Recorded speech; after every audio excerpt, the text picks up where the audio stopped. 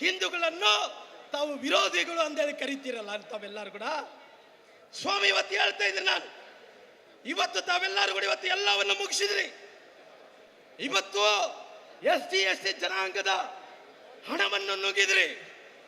SC ಜನಾಂಗದ ಹಣವನ್ನು ನುಂಗಿದ್ರಿ. ಮಹರ್ಷಿ ವಾಲ್ಮೀಕಿ ಅಭಿವೃದ್ಧಿ ನಿಗಮದ ಹಣವನ್ನು ನುಂಗಿದ್ರಿ.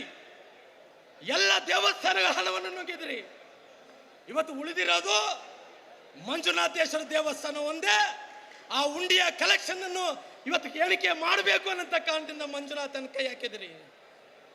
ಖಂಡಿತವಾಗಿ ಮುಂಬರುವ ದಿನಗಳಲ್ಲಿ ದೇವರಂತ ಬಿಡೋ ಪ್ರಶ್ನೆ ಇಲ್ಲ.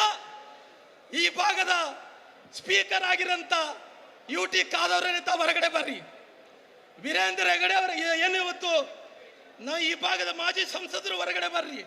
ಯಾರ್ಯಾರು ಶಾಸಕರಿದ್ರ ಹೊರಗಡೆ ಬರ್ರಿ. ಯಾರು ಕೂಡ ಯಾಕೆ ಮಾತಾಡ್ತಾ ಇಲ್ಲ?